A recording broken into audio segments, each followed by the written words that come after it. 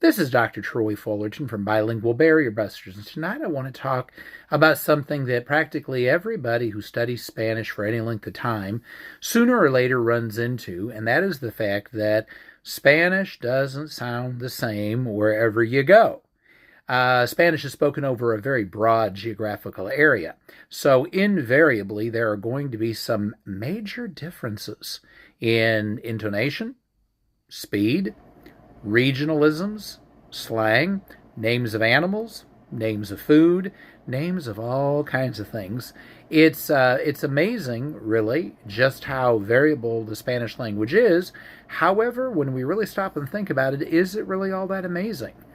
It's only because we now have the printing press, internet, telephones, newspapers, the things that we have in place now have kept the Spanish language from doing what all of the vulgar Latin derivative languages did.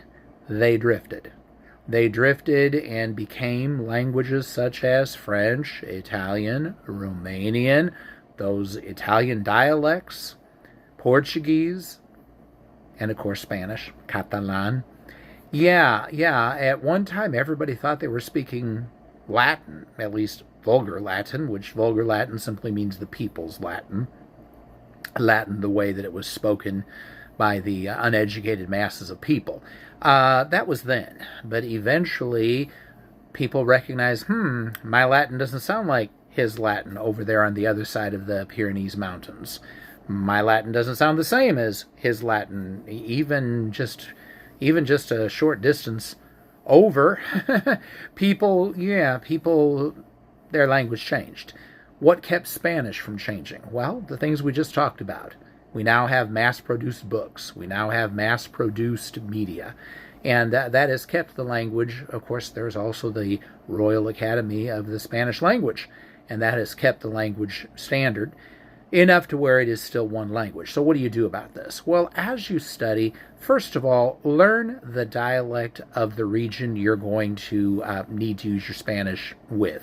People from Mexico, if you're hanging out with them, learn Mexican Spanish. People from El Salvador, if you're hanging out with them, learn Salvadoran Spanish. People from Argentina, if you're hanging out with them, learn Argentine Spanish. But then what you can do is, as you get into this, branch out. Listen to things on YouTube, listen to things from other media sources.